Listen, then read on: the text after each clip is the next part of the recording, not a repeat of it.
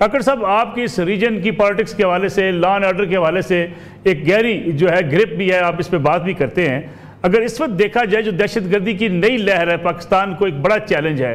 اس سے نمٹنے کے لیے کیا اقدامات کیے جانے چاہیے؟ اس وقت اجلاس بھی ہوتے ہیں، یہ طے بھی کر لیا جاتا ہے کہ آپریشن ہوگا، ٹارگیٹڈ آپریشن ہوگا، پھر اس کے ساتھ ساتھ ہمیں نظر آتا ہے کہیں نہ کہیں اس کی مخالفت بھی شروع ہو جاتی ہے. کیا دہشت گردی سے نمٹنے کے لیے ہم یکسو نہیں ہو پائے؟ بہت شکریہ نصر ملک صاحب. دیکھیں، یکسو بدقسمتی تو ہم اب تک ہو نہیں پا رہے ہیں، یہ ایک پہلو ہے اس کا، اور یکسو ہونا پڑے گا، یہ اس کا واحد حل ہے، اس کے علاوہ کوئی چارہ نہیں ہے. یہ ریئلائز کرنا پڑے گا کہ یہ کسی ایک جماعت، کسی ایک ادارے یا کسی ایک گروہ یا گروپ ان کی ایگزسٹنس کا، ان کی وجود کا مسئلہ نہیں ہے. یہ من الحیث القوم ہم سب کا ایک نیشنل ایشو ہے، اور یہ ہماری ایگزسٹنس کا مسئلہ ہے. خصوصی طور پہ بلوچستان اور خیبر پختونخوا دونوں صوبوں کے اندر جس طرح یہ لہر کی جس کی طرف آپ نشاندہی کر رہے ہیں، روزانہ کی بنیاد پہ اٹیکس ہو رہے ہیں، ہمارے جوان شہید ہو رہے ہیں، ان کو بھی مارا جا رہا ہے جو دشمن ہے، چاہے وہ خارجیوں کے صورت میں ہے، چاہے وہ علیحدگی پسند عسکریت پسند جو BLA یا ان سے منسلک لوگ ہیں، ان کے مارا جانا ہے. لیکن ظاہر ہے، آپ کو پتہ ہے کہ جنگ اور اس کی نیچر ایسی ہے کہ یہ ایک فٹ بال کے میدان میں اگر آپ کسی ایک گول پوسٹ پہ نا کوئی تواتر کے ساتھ حملے ہو رہے ہیں، 99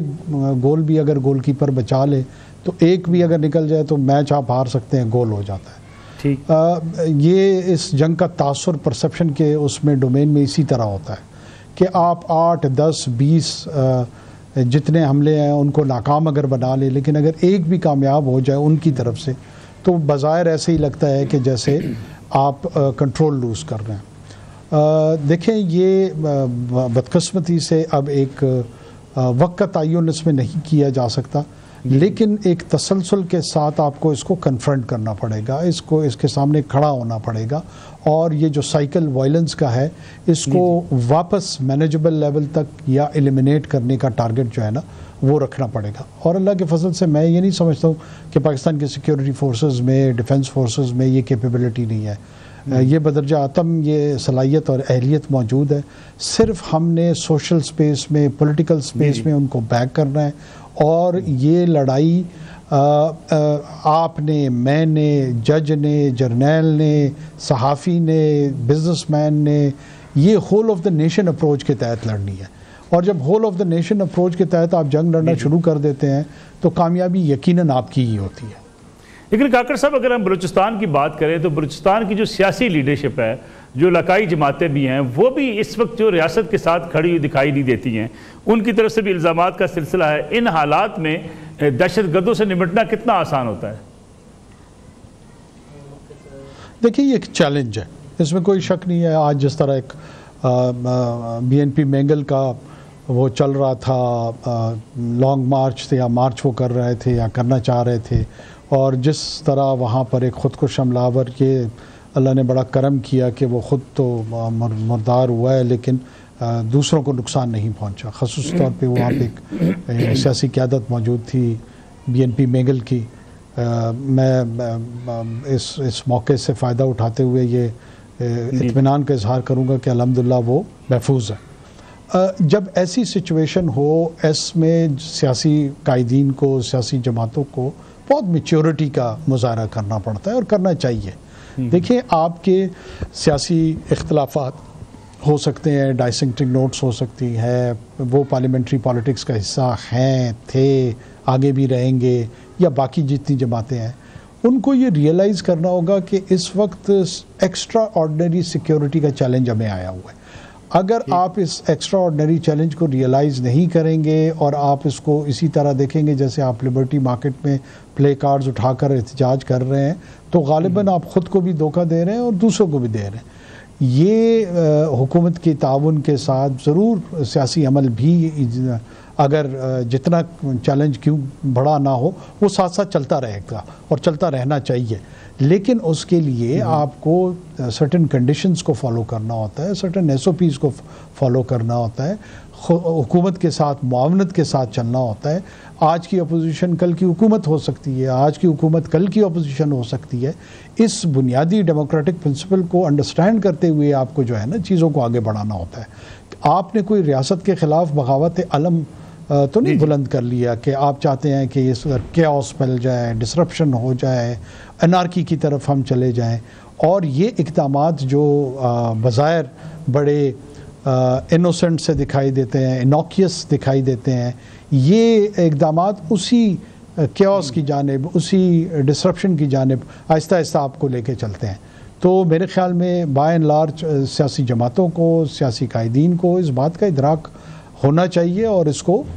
مد نظر رکھ کر جو بھی احتجاج کے پروگرام ہیں یا باقی معاملات ہیں جو سیاسی عمل سے جڑے ہوئے ہیں وہ مشاورت سے لے کے چلیں تو زیادہ بہتر ہوگا۔ کاکڑ صاحب، ایک رائے ہے کہ بلوچستان میں احساس محرومی ہے، اس لیے وہاں پہ جو علیحدگی پسند ہے ان کو تقویت ملی ہے۔ دوسری طرف رائے یہ پائی جاتی ہے احساس محرومی کا اس کے ساتھ کوئی تعلق نہیں ہے، کیونکہ اگر غریب جو ہے وہ مزدور مارا جاتا ہے، اس سے کیا بدلہ لینا ہے کسی نے احساس محرومی کے نام پر؟ کیا آپ سمجھتے ہیں کہ یہ دونوں چیزیں موجود ہیں، احساس محرومی بھی ہے اور کوئی نہ کوئی ایسی قوتیں ہیں جو پاکستان کے خلاف برسر پیکار ہیں؟ دیکھیں، اگر احساس محرومی کو ایک فیکٹر کے طور پہ لے لیں ہم، اور ہم یہ کہیں کہ احساس محرومی جہاں ہوتا ہے اور لوگ رد عمل میں تشدد پر آمادہ ہو جاتے ہیں اور قتل و غارت گری کرتے ہیں، تو پھر اس اصول کے تحت، اگر اس اصول کو تسلیم کر لیا جائے، پھر اس کے تحت ساؤتھ پنجاب کے لوگوں کو چاہیے تھا کہ وہ سینٹرل پنجاب میں، پوٹوار میں، یہاں پہ لوگوں کو نشانہ بنا رہے ہوتے، قتل و غارت گری کر رہے ہوتے۔ انٹیریئر سندھ میں جو ہے نا لوگ وہ کراچی ڈیفنس میں کر رہے ہوتے، لاہور ڈیفنس میں کر رہے ہوتے، گلگت بلتستان سے لوگ اٹھ کے یہ کر رہے ہوتے، یا یہاں سے آپ کے جو ساؤتھ کے اضلاع ہیں خیبر پختونخوا کے وہ کر رہے ہوتے۔ تو اس محرومی کو ایکسکلوسیولی صرف بلوچستان میں کیسے اپلائی کیا جاتا ہے، یا میں ان دانشوروں پہ مجھے کافی حیرت ہوتی ہے جب وہ اس قسم کی گفتگو کرتے ہیں۔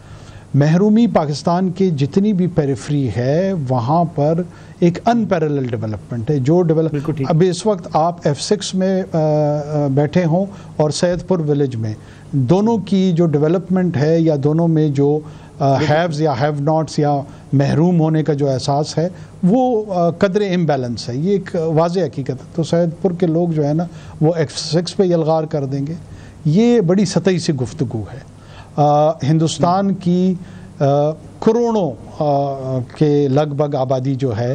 وہ پاورٹی لائن سے نیچے زندگی گزار رہی ہے، تو وہ دلی میں، ممبئی میں جو کہ شائننگ انڈیا کے سمبلز ہیں، وہاں لوگوں کی قتل و غارت گری کیوں نہیں کر رہے؟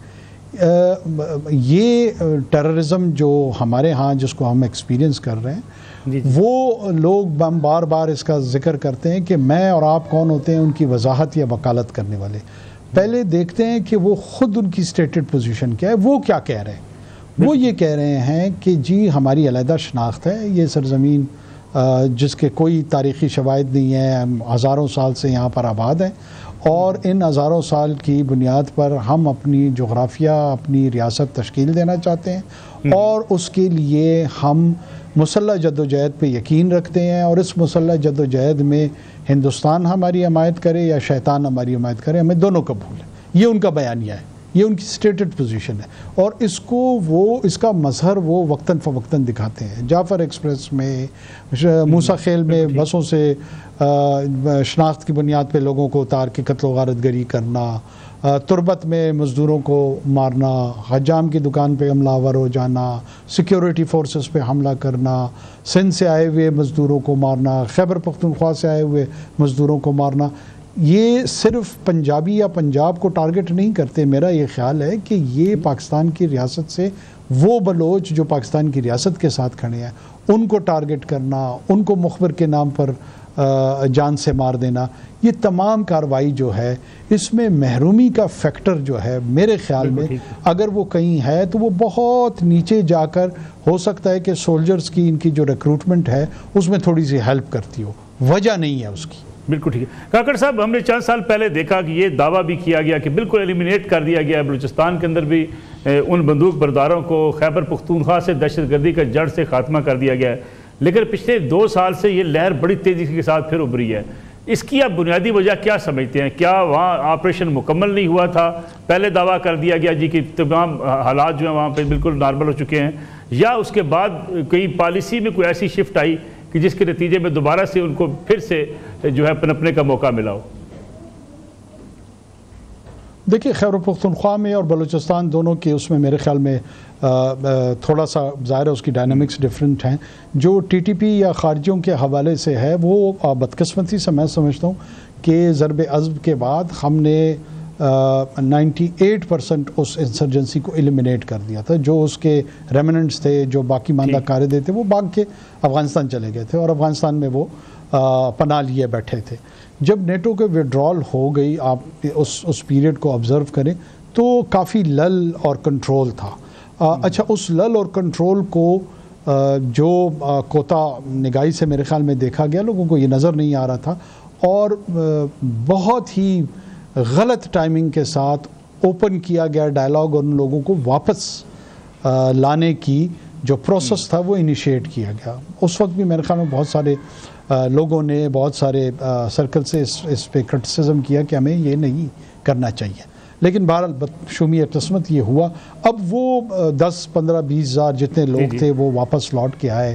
اسلحہ ان کے ساتھ ہے. نیٹو کے وڈرال کے بعد ایک نئی کھیپ اسلحے کی ان کے ہاتھ لگ گئی ہے اور یہاں آنے کے بعد وہ امبالڈنڈ فیل کر رہے تھے کہ جی جب ٹی ٹی اے نے امریکہ کو افغانستان سے نکلنے پہ مجبور کر دیا تو نسبتاً پاکستان تو ایک مڈ سائز طاقت ہے، ہم اگر اسی وائلنس کا استعمال کریں گے تو ہم ان کے گھٹنے بھی ٹیکیں گے اور ان کو بھی مجبور کریں گے سرنڈر کی طرف، یہ ریاست ہمارے سامنے کنسیڈ کر جائے گی. اب اس بیک گراؤنڈ کے تحت انہوں نے ایک نئی میں سمجھتا ہوں لہر کو جنم دیا اور نئی جنگ کا جو رخ ہے اس کا آغاز کر دیا. بلوچستان کے اندر بھی مور اور لیس یہ ہوا کہ جو نیٹو وڈرال تھا اس میں نئی اسلحے کی کھیپ ان لوگوں کے ہاتھ میں آئی اور اس اسلحے کی بنیاد پر میرے خیال میں بلوچستان میں یہ دعویٰ شاید کبھی نہیں ہوا تھا کہ جنگ ختم ہو گئی ہے، وہاں تو تسلسل کے ساتھ چل رہی تھی، وقتاً فوقتاً حملے ہوتے تھے. آپ عمران خان صاحب کے آخری دنوں میں بھی اگر آپ کو یاد ہو، نوشکی اور پنجگور میں فرنٹیئر کور کے باقاعدہ کیمپس پہ انہوں نے بڑے آرگنائز قسم کے حملے کیے تھے، تو وہاں تو تسلسل سے چل رہا تھا. یہ ضرور ہوا ہے کہ وہاں پر اس تسلسل میں